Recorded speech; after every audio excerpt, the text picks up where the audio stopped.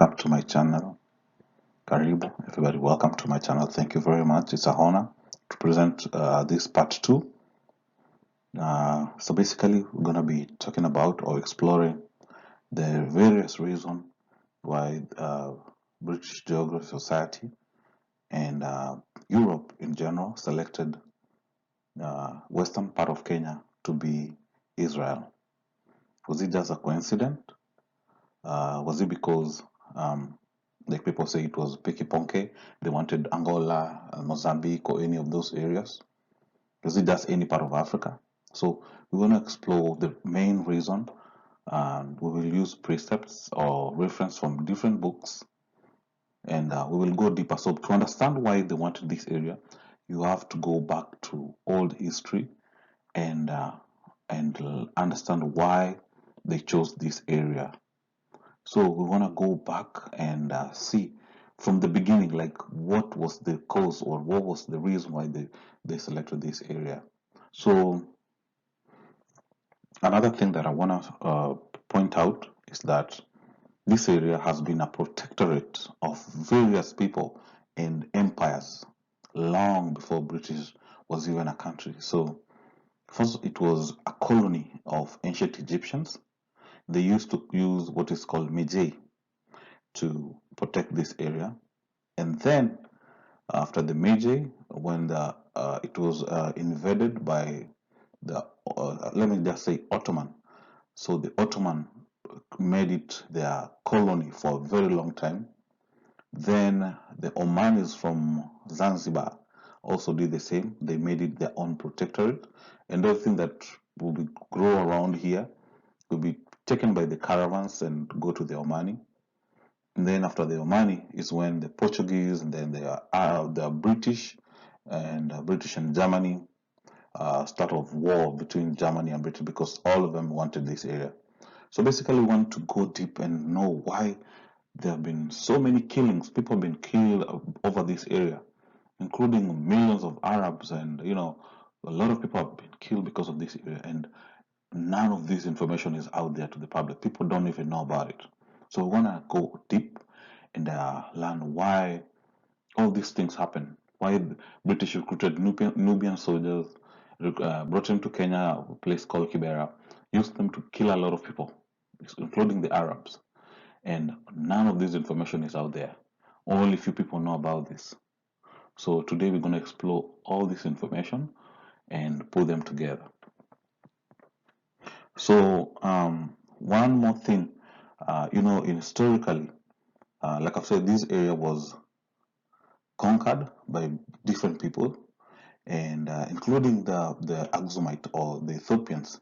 They believed this was their colony, and once the Ottomans were trying to take it from them, that's another thing happened. So we want to explain that part of history, and we will see. Cool. And another thing is, historically, you can't separate the Ottomans from the different caliphates, like the Umayyad, the Abbasid. All these were same people, and a lot of historians will just cover what these caliphates did in North Africa, but they don't want to go deep and explain what they did in the interior of Africa, especially like Victoria, or what they used to call equatorial Africa, or where the equator passed, or where the equator is. So most of the time you don't read anything about that, and that was the main cause of why these people, the caliphates, were trying to force themselves into Africa. So we want to look at that and go deeper. So for a very long time, and most people don't even know this, after the expulsion of Arabs and what they call the Moors and the Africans and Muslims, the Berbers, the Tuaregs, the Nilotic people, the Beja, Afar, Somali, Moroccans, once they were expelled from Europe, most of them migrated or came back to Africa. And when they came back, they regrouped, and because now Europe became a Christian country. So once Europe became a Christian country, the Arabs and the Muslim blocked the Mediterranean Sea, and no Christian was allowed to pass the Mediterranean Sea. So for hundreds of years, Christians were banned. They could not access goods or food, and people were dying in Europe because of hunger, and they couldn't get food, or they didn't have enough resources to just survive by themselves. So this is something that you don't even read from anywhere. They don't even allow you to know about this, that the Ottomans blocked the Mediterranean Sea. So basically, I'm going to be quoting books and reference different precepts so that we can demonstrate what happened that led to the British or whatever deciding to make Kenya Israel. So you can't separate this part of history from that, because it's all the same. It's all aligned. It's packed in one thing. So for hundreds of years, Mediterranean was blocked. It was a no-go zone for people who call themselves Christian, European Christian. They could not go there. If they tried, they were automatically arrested and made slaves in North Africa. So we have this part of history. And so for a very long time, Europeans were trying to find a way to open up the Red Sea, the Mediterranean Sea, so that they could access or trade or get food from the rest of the world. So, like I've said, the Turkic Muslim blocked the Mediterranean Sea, so therefore blocking Christian. So for hundreds of years, they could not access anything from Asia, from India, from Africa, from none of it. So it was all blocked. Yeah. And yeah. So the closing of the trade, or something they called it the trade route, was like a punishment for the Christians. And it was like they wanted them to convert to Muslim or Islam. And it really caused a lot of problems in Europe. So the Ottomans, or the Turk Empire, was once upon a time, it was like a superpower. It controlled a very large part of the world. Like, it was much powerful militarily, economically, and so it is. So to this day, nobody goes deeper to explain how they became powerful, why the Ottomans became powerful, or how they became powerful. And also, nobody explained how they collapsed, because they were so powerful. They used to control as far as Indonesia, going back to Europe, Africa. For a very long short time, they were controlling a very large area. So how did they manage to do that? And how did they collapse so fast? Yeah. So what caused their collapse? Like, how did the Ottoman just collapse very fast? So you cannot separate this part of history from the Great Lakes, because this is one segment of history that nobody knows and nobody has ever gone deeper to explain. So once the Ottoman blocked the commerce, Europe was devastated. It was completely devastated. Nothing was going on, and they don't want people to know about this. So how did Europe come out from darkness and poverty and all the problem that they were going on to again becoming a so powerful empire? So it was the Ethiopians, the Abyssinians. So when you say Abyssinians, it's not all the Ethiopians. I'm not talking about the Oromo people. I'm not talking about the Anuak. I'm not talking about all the other people in Ethiopia. I'm talking about very specific people, the Habesha. So these are the people, the Habesh people are the ones who saved Europe. So we will talk about it, because these are the people, these are the most important people, because they were the ones who saved Europe from whatever was going on there. They changed the world history for good, and to the way we know it today. So for hundreds of years, like I said, Mediterranean Sea was closed.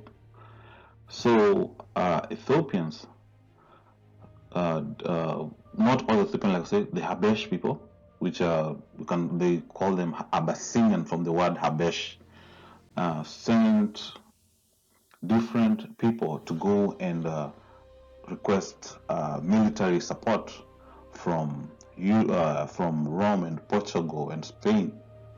So this is very important because this is how Europe came back to be.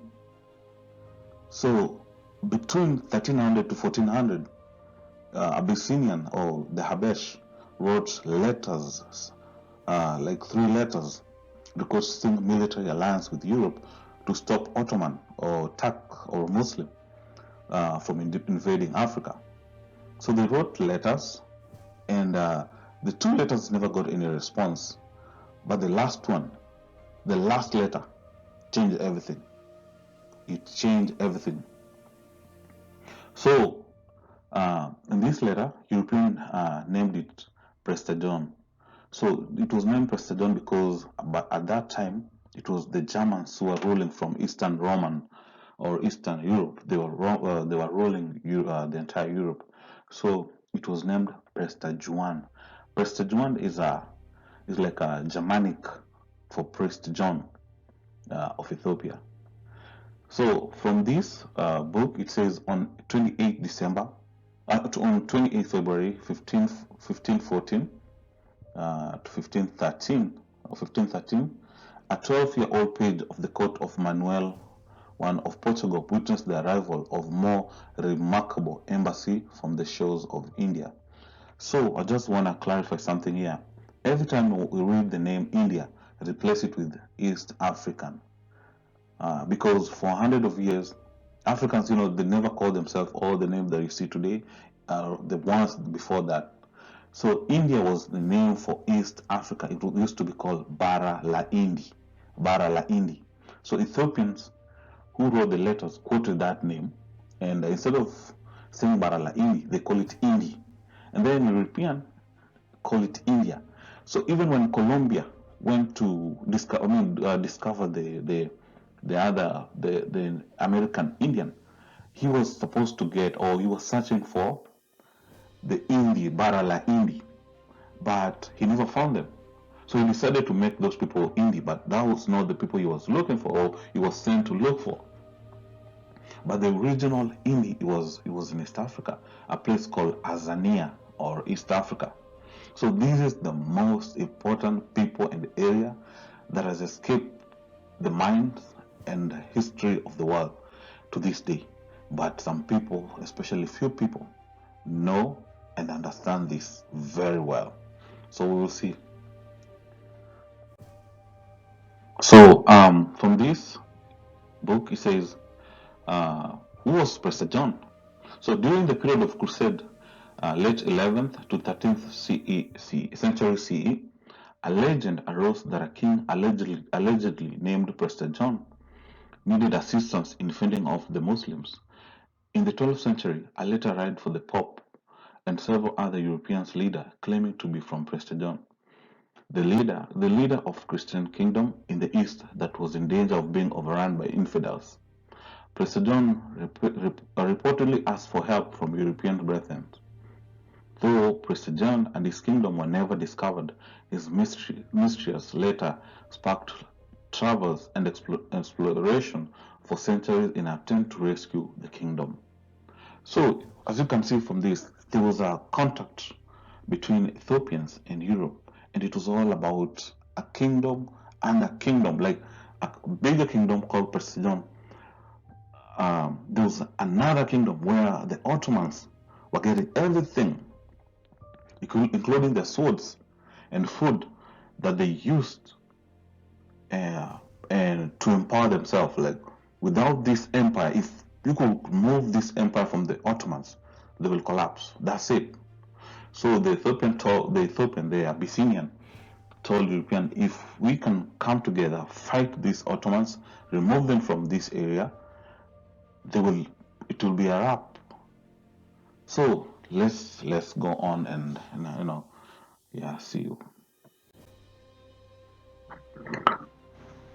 So for hundreds of years, these people were meeting each other, and this is a recorded event. You can see from they drew pictures of this event. You can see an ambassador from Ethiopia, and this is well documented history in Europe. Like they're like people coming from Ethiopia, bringing letters. So like I've said, the first two letters never got any response, and they used to be sent by an ambassador. So Ethiopia had an embassy in Rome at very early dates. They already had an embassy, a well-established communication, even before time, or like before before European came to Africa. So this is one of the drawings of when the letter was received in Europe by a king in Portugal. So it's well documented history, and in here it says Prester Juan continued for centuries afterward to inspire the imagination through Europe until the 18th century. In Europe, heroic portrait of him can be found. So this is well documented history, very well documented. So this is how everything was changed. So again, this is the letter being received in Europe about a kingdom that could help solve everything in both in Europe and Africa. So even by 1300, already Ethiopia or Abyssinian, I don't want to call it Ethiopia because it's not everybody in Ethiopia, just Habesh people. They already had an embassy in Rome, Vatican, and still there to this day, built in Vatican in dedication to Santo Stefano de Gil Abyssini. It is built in memory or dedication of what happened, and they already had this for a very long time in Vatican.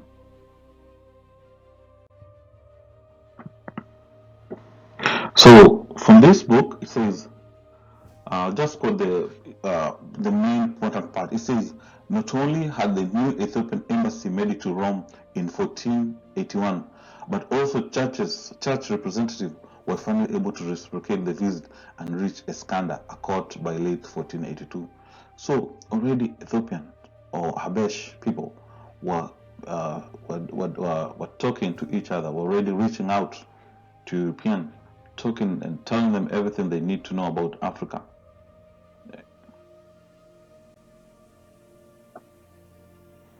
So the king of Portugal, Manuel, believed after reading the letters, he believed he was sent by God to to save Christian world before the coming back of Messiah. So from this book, it reads.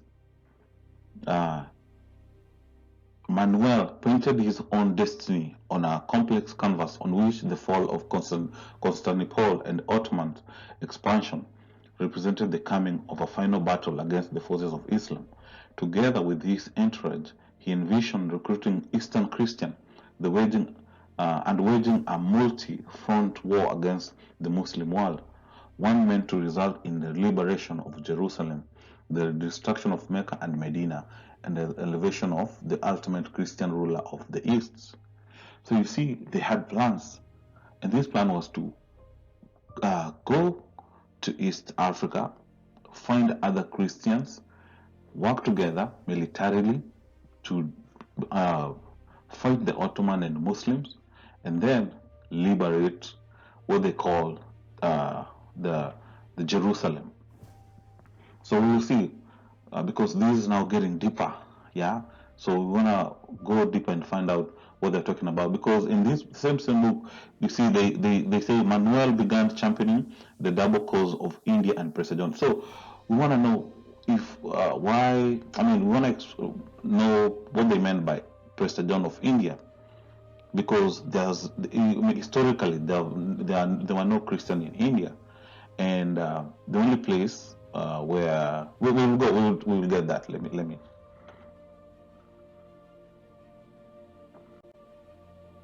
So the letter of Prester Juan changed everything, and like I've said, it came from the Habesh or Abyssinians. So these are the people who changed everything. So this is the letter that changed everything, like changed the whole history to this day. So another quote from another book, it says, for over 100 years, a restless Portuguese nation led Europe expansion into Africa. So I will just skip to the second part. It says, in a war waged against the Arabs and the Turks from the river plains around Lisbon to the walls of Jerusalem, Portugal's best ally was thought to be that of Prester John, or Prester João, a priest king whose legendary realms lay somewhere south of the Sahara, that is beyond the source of the Nile. Make sure you mark that part, beyond the source of the Nile. So we only have two sources of the Nile. One is Tana and the other one is Lake Victoria. So one of these sources of the Nile had something unique. So it says, cut off from the rest of the world, his lost kingdom contained the oldest blend of Christianity known outside Europe. Here too, all so Christian believed a pure and unspoiled faith still existed. As modern Neo-Templar knight Prince Henry Navigator sailed in hope of finding this faith on the far side of the East Africa. So as you can see, they really had all the information. They knew something was going on, but they were looking for some people. So in the letter of Prester John, it stated very well and categorically that they were Christian in East, and not only Christian, but the lost 10 tribes. So, and it continued to say that the 10 tribes were still practicing Christianity, but mixed with pagan. But they were the original and being chased and kicked left, right, and center by the Galas. So the Galas are the people you see today in Ethiopia, Somalia. These are the Galas. They were chasing and selling them to slavery. So the original Christian was being distorted or being lost because nobody wanted to practice. Because if they found you practicing Christianity, then you end up going to slavery. But it was there, like in all below Ethiopia, not Ethiopia, but below Ethiopia, they were original Christians, but slowly being polluted or being distorted by pagan or by other type of cultures or whatever. So another book says, and I quote, greatness of the land of the Prester Empire was also specified in the letter, and so that the Prester will give him credit. In case he received the letter, he sent the letter with his name Marcos, saying who his father was and what district, settlement, and parish he was from. So to maximize the chances of success, Jao ordered the letter to be reproduced in multiple copies and dispatched to Prester via pilgrim headed to the Holy Land. So basically, the letters from Prester John reached Europe, but no action was taken. Nobody, did anything about the letters, but they knew what was going on and how this so-called empire was so powerful, like in East Africa, and but that letter, when you said the 10 lost tribes and old Christian, and then the priest who could do something about it, not fight, do something about it, and it will overturn the whole thing. That's why Portuguese came, and we'll see. So one of those things, one of the reasons why the British people went to Europe, it is because they told European something. In fact, they took some manuscript to them and showed them that they had the oldest manuscripts that everybody needed, or the Ottomans were stealing from the so-called Prester John or below them. So they said, the Habesh people told them that one of the manuscripts that they had was the old picture of a Negroid, Jesus, and they were keeping it somewhere in Lalibela, in a cave in Lalibela, and that the Portuguese were doing everything to find it. And yeah, so Abyssinian or Habesh wanted military alliance with Rome or Christian of Spain and Portugal because Muslim or Turkic-Ottomans were raiding and stealing biblical manuscripts from Lalibela and Nubia.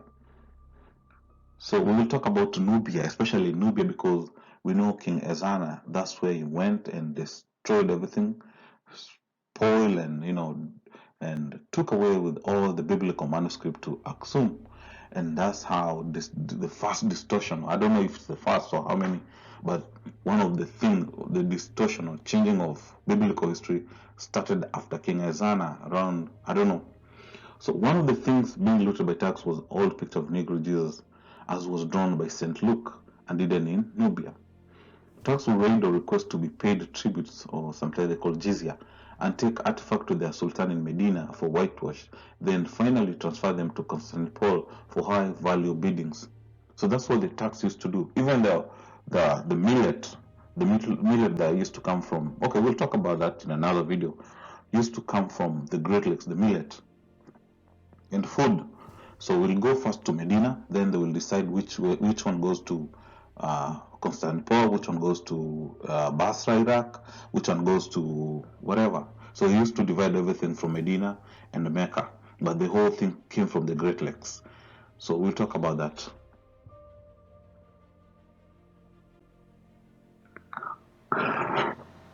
So like I said, European didn't respond until the third letter from Queen of Habesh.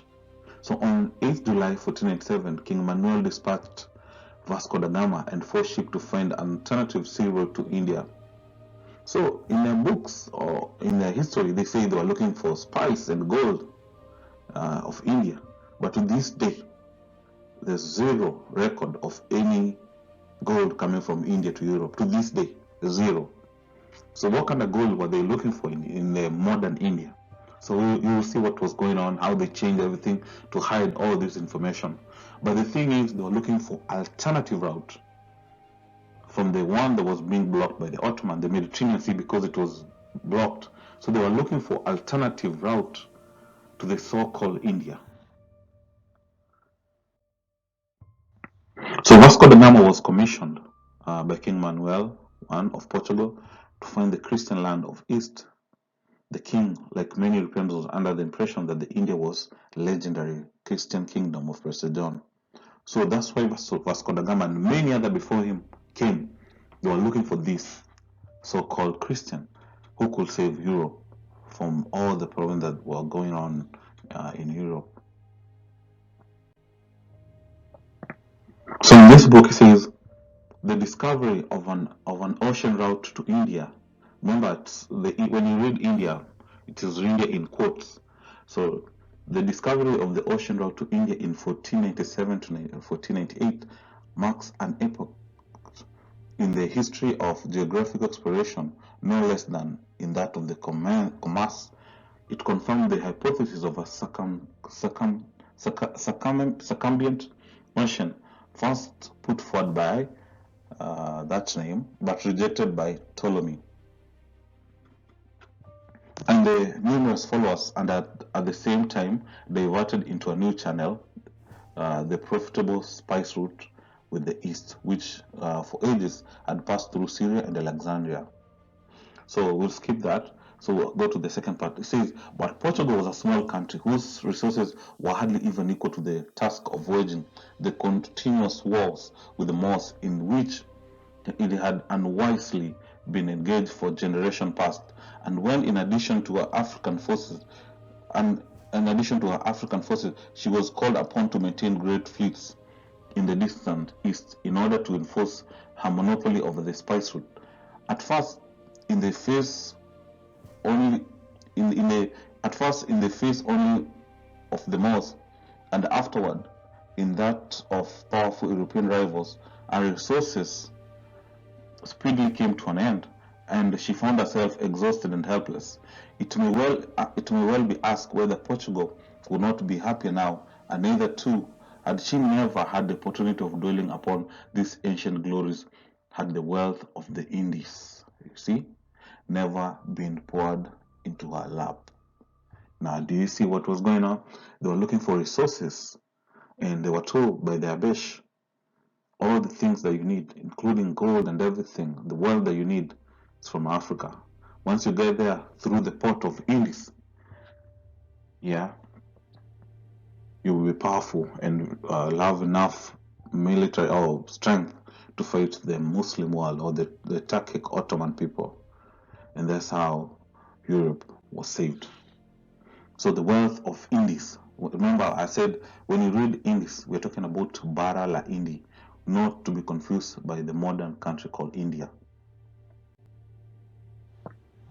So, like I've said, they have merged, or they have mixed lies with truth. So when they say they came from the spice route, it's a mixture of lies and truth. Yes, there were spice or whatever in Africa and the other India, but the main reason, they're not telling the cause of their coming, like why they came to Africa.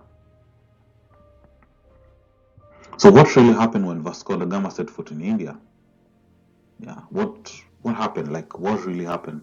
Because that history, it has been distorted, and everything it's been told like ups and down and left and right, like mixed of lies and truth. So what really happened?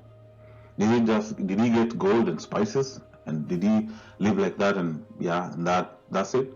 No. So let's go deep.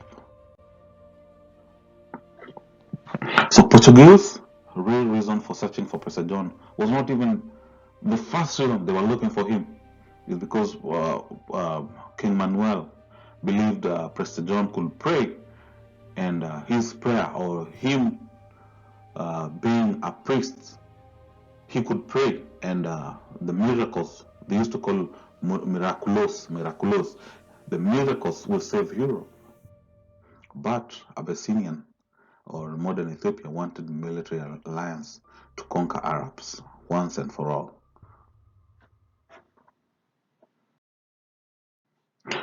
So, like I've said, the country today known as, not country, like the strip of East Africa today it doesn't have a name today, but the ancient Greeks call it Azania, even the ancient Romans call it Azania. But the region name, according to the Omanis, the Iranian, called Pasha, the original people from all those areas, they call it Bara la Indi. Bara la Indi. Bara la Indi means the coastal people were called Wabara. Wabara meaning people. I don't know.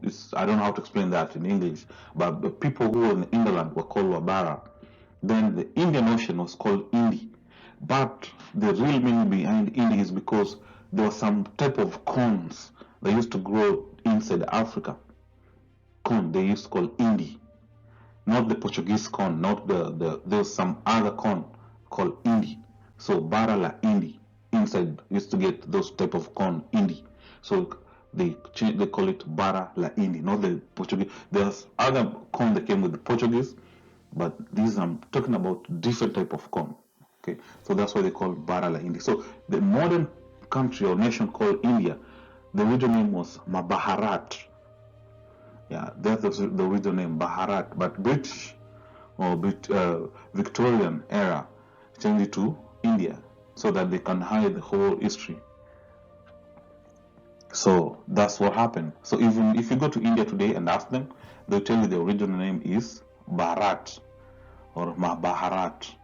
And these two, like Africa and India, modern India, they knew each other very well. There's no country that knew each other more than modern state of India and Africa. They've been doing a lot of stuff for a very long time, but it's after British changed history. That's when even India started to do what is called caste system and look down upon Africa. But there's what is called Sanskrit record. When you go and read it, it documents everything about Africa, including Mount Kilimanjaro, Mount Meru, and so many places they used to come. And they knew about people called Amara, who were the priestly people who were like at the Nile River, like below Nile River. And they knew these were the priestly people where they lived, where Garden of Eden was located. They knew this. Is well recorded in Sanskrit. And European had to go to India and delete still all those books and change world history, because it clearly marked Nile River where it begins as Garden of Eden, and they said there were people called Amara who were the priestly people, and they had the knowledge of healing and many other things. But Europe had to distort and change that history for good.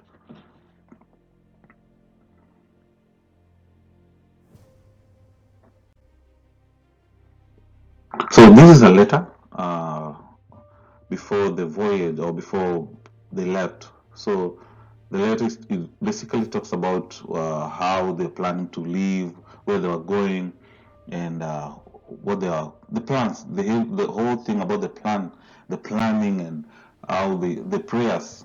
Yeah, for example, it says, "In the name of God, Amen." Uh, in the year 1487, King Dom Manuel, the first of the name in Portugal, dispatched 4 vessels to make discovery and go in search of spices. Vasco da Gama was captain major of this vessel. Paul de Gama, his brother, commanded one of them, and Nicolau, can read the name, another. So it goes on and says, "We left Restelo on Saturday, July 8th, 1497. May God our Lord permit us to accomplish the voyage in His service. Amen." On the following Saturday, so it goes on and explain what they saw, what happened. So this now start of exploration and going to discover what became the history of modern Africa and world as we know it today. So once Vasco da Gama successfully went around the Good Hope, that was like a change of world history to what we know today. So you see, once Vasco da Gama sailed through Good Hope in South Africa, passed Sofala, and finally docked along the East African coast of Malindi, Lamu, Pate, which were owned by the Muslim or Turkic-Ottomans through the Omanis. So he now began to see the world differently. Like he discovered the Moors that they were fighting, or they just fear, were not just hearsay, not story, but were real thing, or they were so powerful. And this was where they were getting all their wealth, everything, all their power was from this area. So they had to do something very fast. So for many years, and this is now deleted from world history, for hundreds of years, Portuguese were fighting Muslims and Ottoman along this trip, fighting them for hundreds of years, fighting back and forth, and none of it is recorded in world history. Not recorded anywhere. They were fighting each other, very brutal war, and people were dying, and so many things were happening around that strip, but none of it is recorded in books for unknown reason.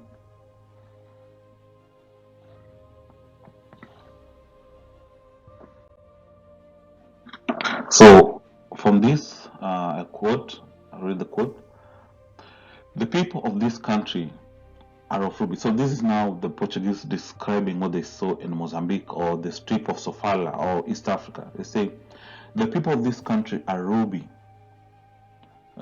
complexion and well made. They are Mohammedan, and their language is the same as that of the Moors. Their dresses are of fine linen or cotton stuff, with various colored strip and of rich and elaborate workmanship. They all wear tucos with border of silk embroidered in gold. They are merchant and have transaction with the white Moors, for whose vessels were at the time in port laden, and gold, silver, cloves, pepper, ginger, and silver rings, as also with quantities of pearl, jewel, and rubies, all of which article are used in the people of this country. We understood them to say that all these things, with the exception of the gold, were brought thither by the Moors, that farther on we were going to, they abandoned, and the precious stones, pearl, and spices were so plentiful that there was no need to purchase them, as they could be collected in basket. All this we learned through a sailor the captain major had with him, and who, having formerly been a prisoner among the Moors, understood the language. These Moors, moreover, told us that along the route which we were about to follow, we should meet with numerous shoals, that there are many cities along the coast, and also an island, one half of the population of which consisted of Moors and the other of Christians, who were at the war with each other. This island was said to be very wealthy. We were told, moreover, that Prester Juan resided not far from this place, that he had many cities along the coast, and the inhabitants of these cities were great merchants and owned big ships. So mark that point, big ships. So we want to find out, later on, we will explain the story about the island and ships. So we want to find out what people in Africa owned ships and lived in an island. Okay, because that is very, very important. So mark that point, big ships and the island. So the residence of Prester John was said to be far in the interior and could reach only on the back of camels. These Moors had also brought hither 2 Christian captives from India. So how is it possible to bring slaves from, say, the modern country of India to Mozambique? Is it possible? Can that happen? Like, how do you bring slaves from the modern India that we know today to Mozambique? Is that even possible? Is it logic? Okay, that's the first question. The second question, they say our president was very far in the interior. Okay, so they had this information. Okay, so why would they, the same European come and say they never found President when already they had all this information that President resided somewhere in the interior, like from the coast of Mozambique, he was somewhere in the hinterland or in the interior of Africa. So they had all this information. Okay. So another precept or another quote, and here it says, there are many cities along the coast and also an island, one half of the population of which consisted of Moors and the other of Christian. We are told, moreover, that President resided not far from this place, that he had many cities along the coast, and the inhabitants of these cities were great merchants on big ship. The resident of most President was said to be far in the interior and could be reached only on the back of camel. So this is a repeat of what I've just said. The Moors had only brought hither 2 Christian captives from India. This information and many other things which we had rendered us so happy that we cried with joy and prayed God to grant us health so that we might behold that so much we desired. So you see what was going on. They already know what they are looking for. They were looking for the Christian, and they were told they're not too far from where they are. So as Gama began sailing northward past Zambezi and scouted the coast for intelligence, he and his crew developed mixed feelings. On the one hand, there was unsettling experience of witnessing the preponderance of Islam beyond the Arab world, and the realization that the former was more than a regional hearsay, which was still a prevalent perception in Europe. On the other hand, the interlocutor reassured them of proximity of the Prester. Okay, so you see, they knew they were there to fight the Muslim, and they knew back home people were, they were still thinking, Islam is just a hearsay. But when they arrived in East Africa, they discovered like Islam had taken over the whole area. It was not just a hearsay, but it was a thing. It was a real thing. It was sweeping the whole place. And the same Muslim are fighting Christian, the old Christian nations that were at the strip of East Africa. And, this has been distorted and removed from world history. I've always asked myself, like, how is it possible to say that if Jesus was born, let's say he was born in modern state of Israel, how could he skip Africa and then go to Europe, but none of it is recorded anywhere in Africa, when we had people like Mark, Apostle Mark and Luke and many others preaching in Africa. Okay, so this is where things began to change, as you're gonna see. So when the first ship went back to Europe, the news was so devastating.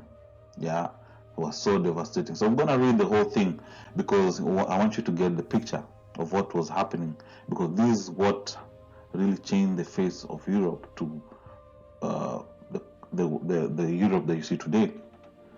So yeah, the same misplaced hope to find the Prester Juan that had lured the Portuguese farther and farther south into Atlantic was now leading them north in the Indian Ocean. Gama will collect intelligence that must have appeared strikingly similar to the one his predecessor collected on the road up to Cape. Once again, the Christian kingdom they had been looking seemed to be near, but time after time it proved beyond grasp. After 3 months sojourn in Malindi, Gama left the Swahili coast for the last leg of his epic journey, and on 20th May 1498, the fleet finally docked at Calicut, informed within month. Manuel quickly communicated the world-shattering news to both Castile and Rome, enthusiastically explaining that, now in quote, when they, Indians, Christian, this is the information about India, not East Africa, shall have thus been fortified in their faith, there will be an opportunity for destroying the most of those parts. So now he's telling them what they found in Calicut, yeah, what they found in the other India, now the modern India, yeah, when they will become Christian, they will have opportunity to come together and fight. But for now, it's not possible. You know why? Because the current India, or the India, the Indian nation that we know today, this was a pagan nation, very pagan country. So it says, unconfirmed Portugal readiness to divert trade sea-bound trade to Caracas. However, as much as the fleet arrival in India was an epic achievement, the 3-month sojourn had been indeed a rather disappointing experience. Gama intercourse with the Zamorin of Calicut had quickly turned sour, and the visitor were eventually ordered to leave. Furthermore, it remains unclear how Gama, after protected sojourn, could characterize India as a country by the large populated by Christians in all likelihood. He told Manuel what the sovereign wanted to hear in order to foster his own standing. So basically, they told Manuel the other India, they didn't find any Christian there. The only place they found Christian was in Africa, and that didn't go well with Europe. You'll see why. So the second path of hatred for Negroes by Europeans began upon return of Vasco da Gama and his description of the Christian of India in Eastern Africa, Southern and Central Africa. So this is where the whole thing began, like the hatred and the slavery and all the things that you know about Africa. Yeah, especially the bad things. Brazil, you know how the Bantus are being mistreated in Brazil and everything. It happened around this time, because now they didn't like what they had found out. So a letter that broke the heart of European. So I will quote from this one. It says, I do not understand that there are any Christian there to be taken into account, except those of Prester Juan, whose country is far from cultured, which means this country is far from India, or the modern state of India.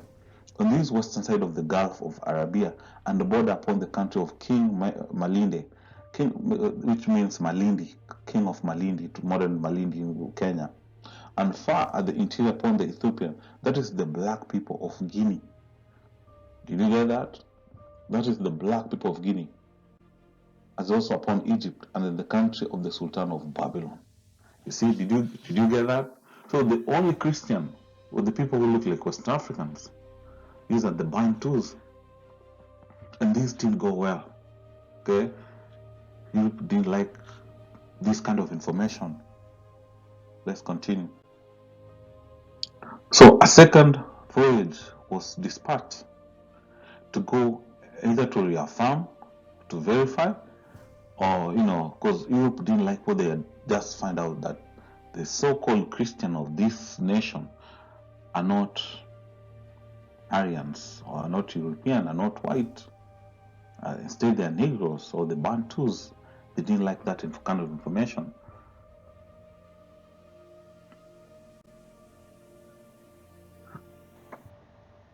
So in March 1500, a new Amanda, the second dispatcher on the Carrera, left Lisbon under the command of Pedro Alvarez Cabral for till 1652.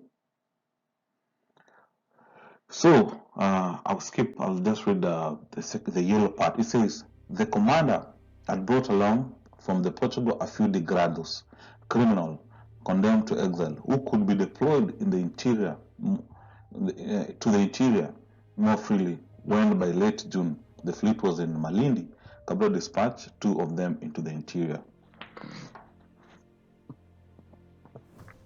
Now, it was now action time. They wanted to verify who are these Christians.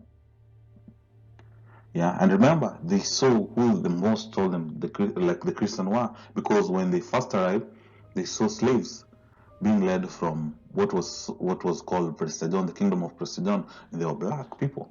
The Bantus were being led into slavery, and the most told them, these are the Christian. We are being taken a slave to where? To the, maybe I guess to Saudi Arabia, or maybe to the other India. So they knew who the Christians were. And even the letter of Prester John clearly stated that the Christians are being taken to slavery because of practicing a new type of religion. It is in the letter of Prester John, very well written and recorded.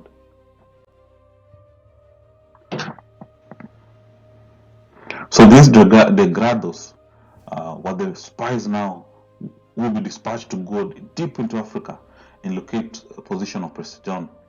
So let me quote. I quote this part. It says, the degrados traveled with him in search of Prester John by land, since he had heard that they could arrive in the hinterland where his state was, through his coast. All this with big promises of being rewarded should they find the so desired prince.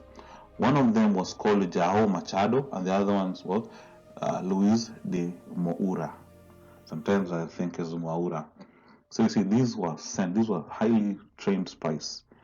Although they say they were just degrados, like, what do you call, like prisoners. But these were people who were trained to find or locate and promise big rewards in case they find who Prester John was located. So again, I'll quote this one. It says, although reaching Ethiopia from the northern Swahili coast was theoretically possible, it was a long shot. The 2 disappeared from the site and were presumed dead, only to reappear elsewhere at a later date and without any additional information on Ethiopia. So I will skip the whole part, just go to the yellow part again and read the quote. Say, with the purpose of finding Prester John by the land, one who was a degrado was called João Gomez and Jado, and the other who was been a servant of Tristão de Cunha was called João Sanchez Morisco.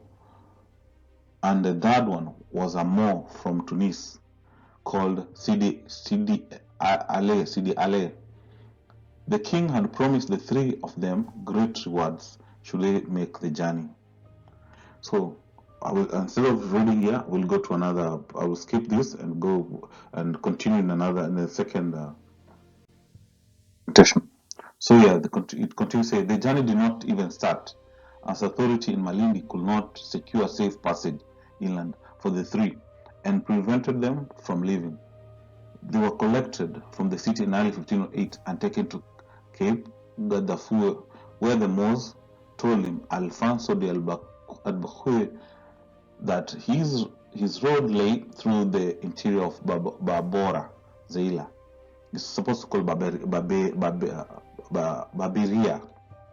and through the land of Kandadin, a Moorish captain who was prosecuting a war with another captain of Prester John, for the one land is contiguous to the other. and that the caravan that went from Zeila to Poseidon was always secure.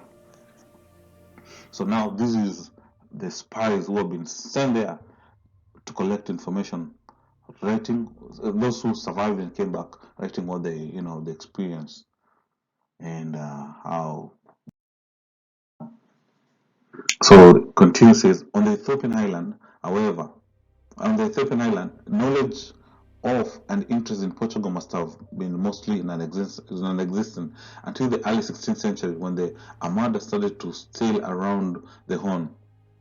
So skip that, go down, says some of the Portuguese who had been dispatched to Prester had made it to the destination already in the 1480. It would not be until 1509 that Ethiopian rulers would dignify Portuguese interest in their country with a reply. By then, Portugal had established a fearsome presence in the Indian Ocean, conquering a few key coastal locals and harassing Muslim rulers throughout the region. So you see, now the Portuguese had already, by even 1500, they had already done a lot along the coast. They had already destroyed and the ships of the Moors, bombed several settlements, and they had done a lot. But none of it is recorded in books, like it's not even taught anywhere. How the Portuguese were fighting the Ottoman or the Turks, and the Turks were asking for enforcement from Turkey and from Medina, from Oman, and it was like a back and forth. War went on there for a very long time, and none of it is recorded anywhere.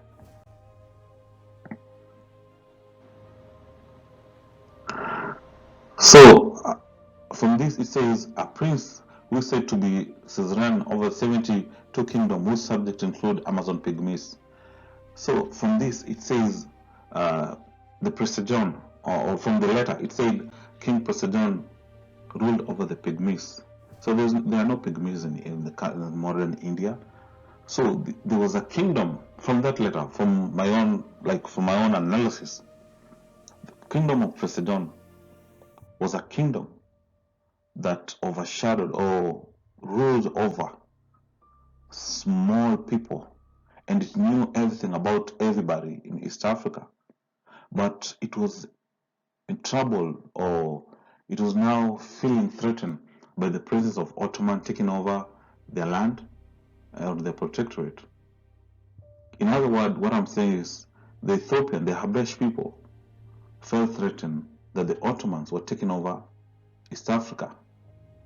And they knew within East Africa, or especially the land below them, there were people, and they knew these people, who they were, and there was some blend of Christianity within or among these people. So how did especially the so-called 10 tribes, or the Christian that the Ethiopians spoke of, disappear like that? Because today, if the Ethiopians said there were 10 tribes below them, so how do they just disappear and, just disappear like that? To this day, nobody speak about them. How do they just disappear like that? Yet the Ethiopians said even they know these people are just below them and being chased and kicked left and right by the galas. So how do they just disappear like that? So let me continue reading. It says, and the mysterious Oriental Empire, who for more than 3 centuries had been hoped for as the ally of Christendom, in a final and clinching encirclement of Islam, which would herald the recapture of Jerusalem and usher in the last age before the final triumphant return of Messiah. The legend of Poseidon had this practical side, and the search for him had been conducted for centuries. So down they say Poseidon relocation from Far Asia to the Upper Nile and Ethiopia. So they knew somewhere there was a kingdom of Prester Juan, but below, if you read the letter of Prester Juan, below Prester Juan there were the 10 tribes. That letter stated very well the 10 tribes would help Portuguese defeat the Arabs. So how, where, and what happened to those 10 tribes in the, because later on you'll see what happened.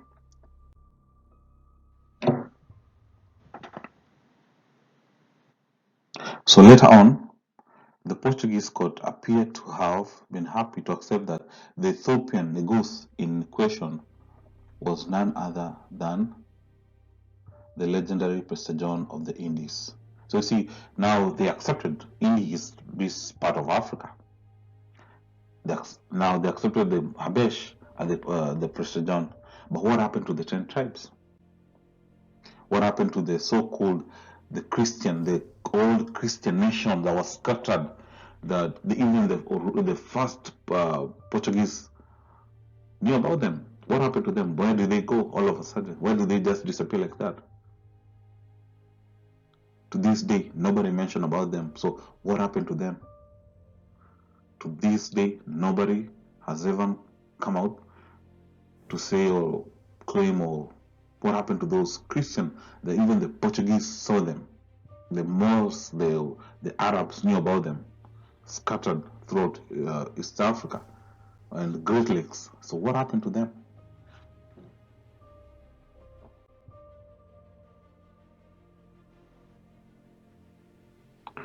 So again, I could read the quote. The exotic Indian visitor at the Portuguese were perfectly well aware were in reality ambassadors from the African kingdom of Ethiopia, despite the fact that their circuitous 5-year voyage to Portugal had taken in the Portuguese cities on the Malabar coast of southern India. So I'll just skip and go to the other side. Say the letter contained a call for Portuguese naval aid against the Muslim of the Red Sea. So again, yeah, the letter, like I've said, the letter was inviting the Portuguese to come work together and secure not only the Mediterranean Sea, but secure East Africa and what was known as Jerusalem. So first of all, where was even Jerusalem located at? Where was the location of Jerusalem? In the first place, where was it located? That's the question. And has it ever been secure to this day?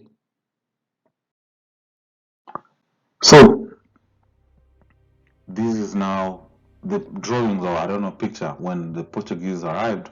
See the ships, the boats, or what do you call this, or the naval force of the Moorish people, or the Arabs and the people of Bara or Bara Indi. But these people, they said, the people of Prester Juan in their own island, they had more ships than them. So what island in Africa had ships? Okay, we want to find out. And it is in the tier of Africa. And they had ships which outnumbered the number of ships that was recorded in along the East African coast, or Bara Indi, or Indi, the real Indi, Bara Indi. So I'll just quote some few lines here. He said, the pilot who had come with us told us that they resided both Moors and Christians in the city, that they later lived apart under their own lord, and that on their arrival they would receive us with much honor and take us to their houses. But they said this for purpose of their own.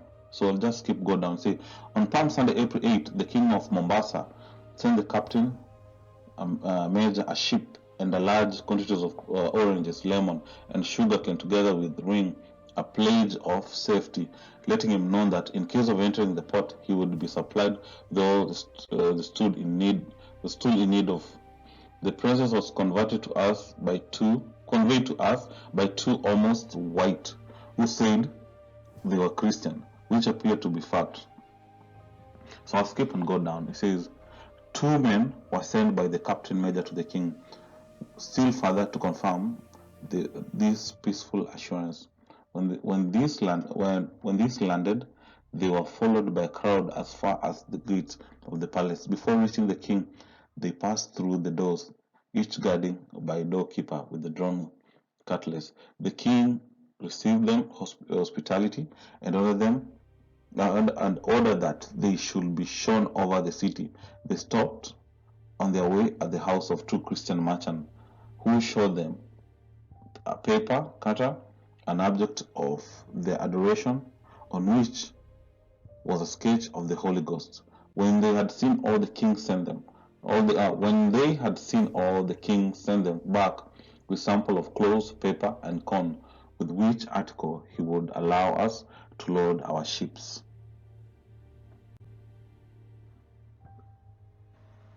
So down the letter goes and says, the above island was one of those which we had come to discover for a pilot.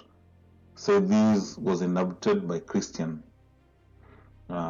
When you go away from the north, it was already late, and the wind was high. At a nightfall, we perceived a large island which remained to the north of us. Our pilot told us that there were two towns on the island, one of Christian and the other one of the Moors. So who are the original lost Christians known to ancient Sanskrit Indian as the Amara? Yeah, because this is where the debate begins. Because it is recorded in India, they have what is called the Sanskrit. It's recorded that the oldest religious people known to them were called Amara, and that they were the region. They stayed at the beginning of the Nile, near Mount Meru or Mount of the Moon, and they were the oldest. Not only were they priests, but they also had knowledge of healing people. Yeah. So who are they? How did they just disappear like that? Yeah.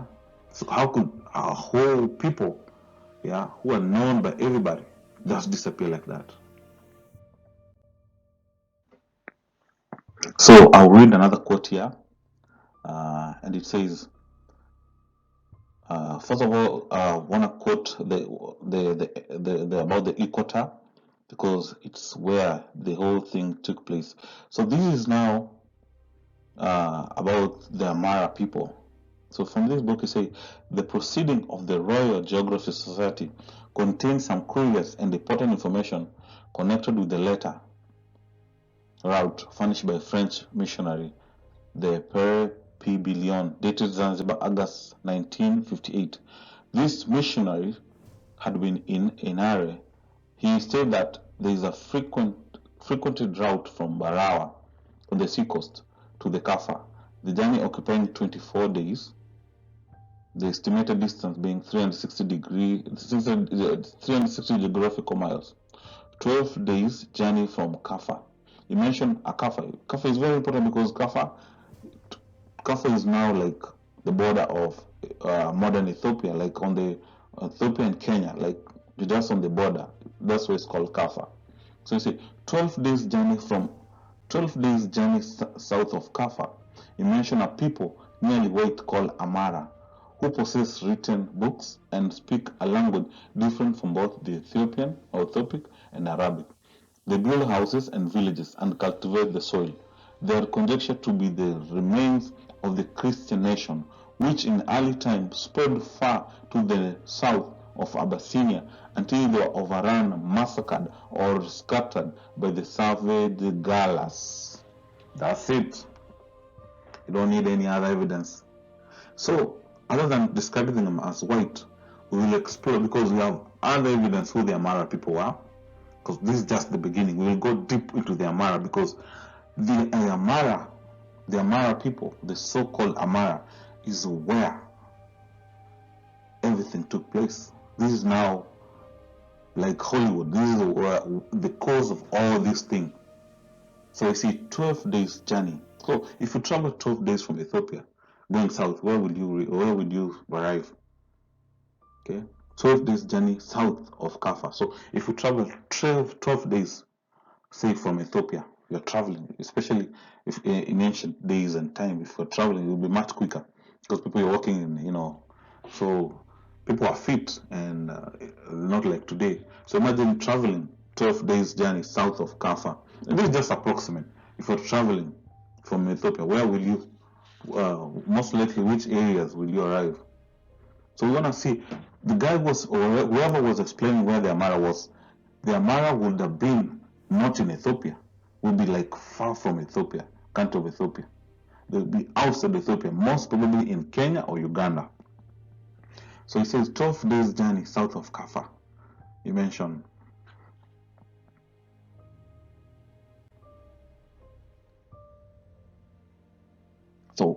who are these Amara and how do they just disappear?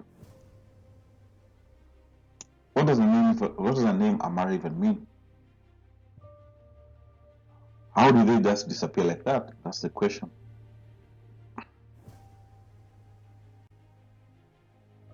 So now, in the next video, we will explore the origin of the Bible, like where the original languages of the Bible, because the Bible was written in, even if it was written in, say, Hebrew, or say it was written in Aramaic, it was written or whatever, Semitic language. In the Bible, it says there were 12 tribes. So all these 12 tribes would have a way to understand Bible. So how come, if the Bible is just written in one language, what happened to the other languages? None of it had a way to communicate about the same Bible. So how come we just have one language called Hebrew today? Anyway, let me just leave that for now. So another question that I have: if Gallas chased away Christian from, say, Axum, and many others from Ethiopia, Kenya, whatever, from the stories that we just read, maybe they chased them when we don't know how far they took them. Maybe let's say they chased them. How did the Menelik and the Amhara people, the modern people called Amhara, or the Habesh, or how did they survive?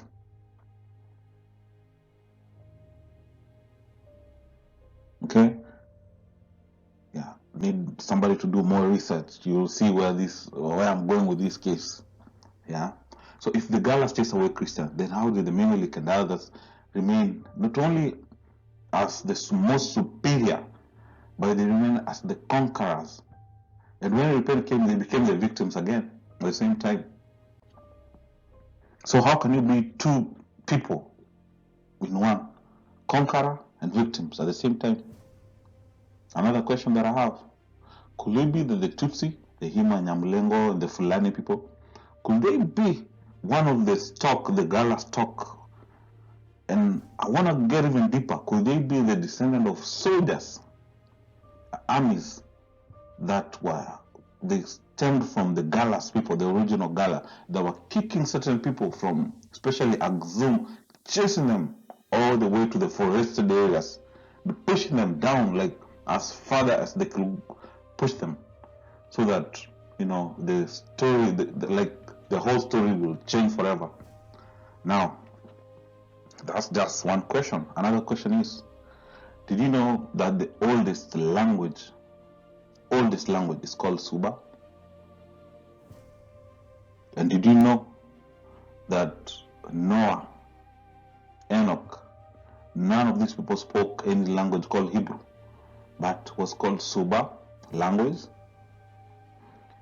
And did you know even the GE's Bible, which the GE's Bible, were translated from Suba language?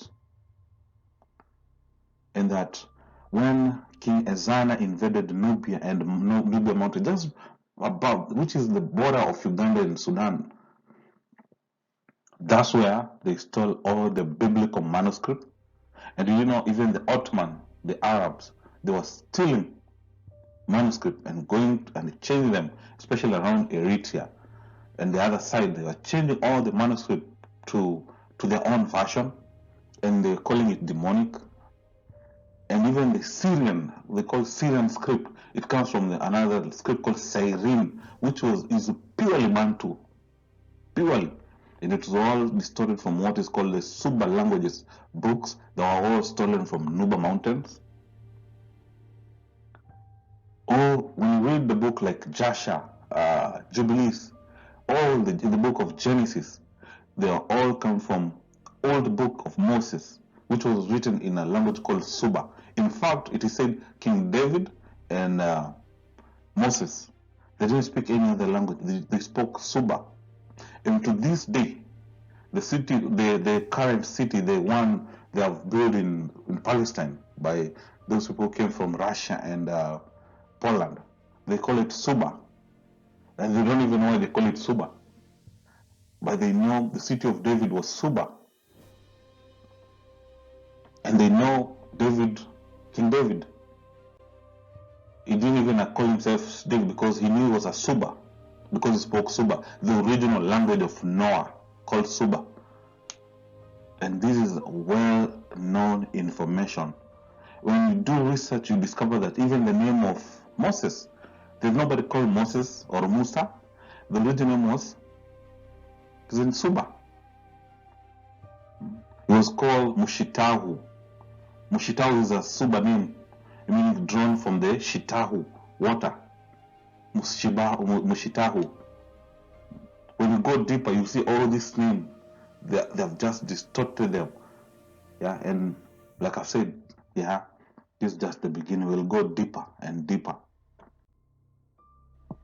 So who changed the books of Moses from Suba to Amharic? It's called Amharic or Aramaic to Aramaic, and Septuagint and Jesus. Who did that? So when you do a deep research, you discover that even the people today called Amhara in Ethiopia, they didn't identify themselves as Amhara. In fact, to this day, the Ethiopians themselves, they don't know why they're called Amhara. They still call them they call them different names. Habesh, whatever. So the name Amhara was when the Germans came there. So they had to change the whole history because they knew the real Amhara were down. That's why you see there's a fight between White Nile and the Blue Nile. Everything is about today. Everything is being told about the blue Nile. Blue Nile disease. Blue. They don't want to know about the White Nile. Because there were two Amhara, or the two Amhara, one from the White Nile, and then this one now. They never identified themselves as Amhara until Germans gave them this name to hide who the real Amhara were. So if you go back to history, we will demonstrate that because we have the evidence. The Amhara existed around Lake Nyanza. Even the Tutsi, who don't like the Bantus, they knew the Amhara or the Amhara people were at the beginning of the Nile. They were there. The Nyamwezi people, the Sukuma people, they knew Amhara at the beginning of the Nile. And they spoke a language called Suba.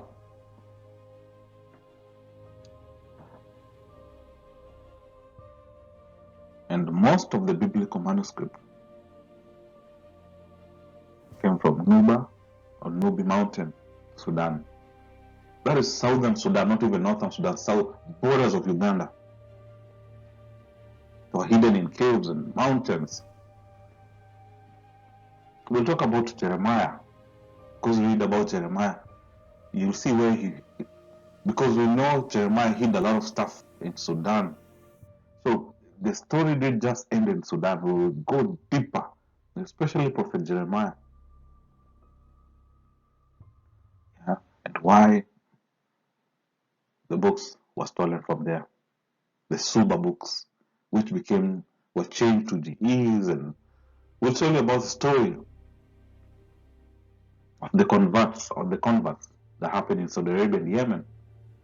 Who brought the different people there before they migrated to the Black Sea? You know, the modern Ethiopian conspired with the people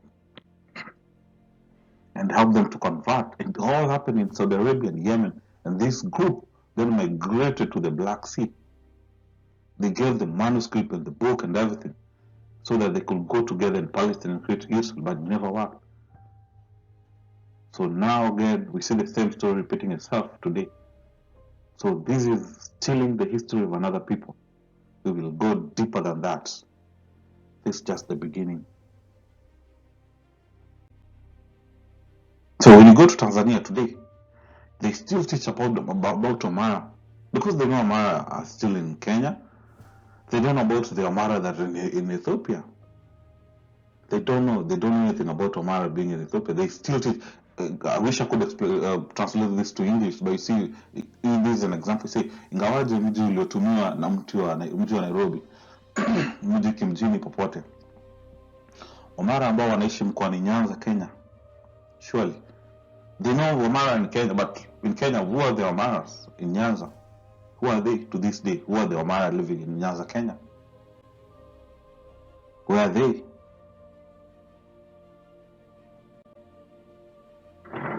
We will tell you in a different video now. We will go deep to talk about the Baganda knew they had so many fleets of boats, and but they knew, or they always said, there are people on our eastern side who are traders. They owned many big boats than us, and their boats were very beautiful. And we want to know, we'll go deeper. We'll go deeper than this. We talk about how soldiers were being sent to come and capture Nyanza, steal the boats, and use the stolen boats to take stolen food to a place called,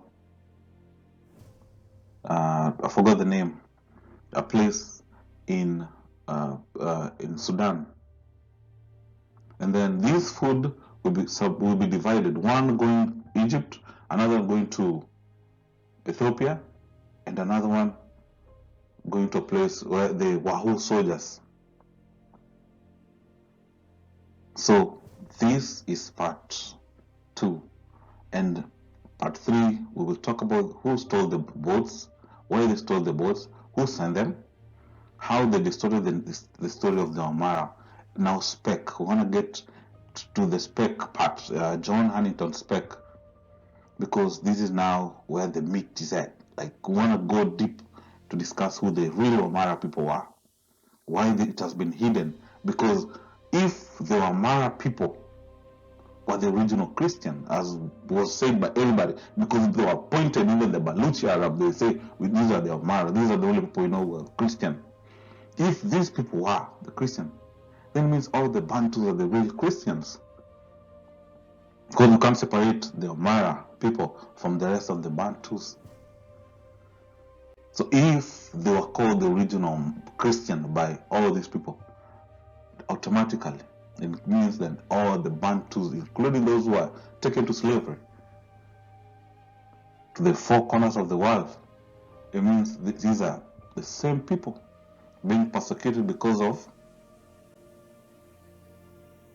you just add the name there. Thank you. Be blessed.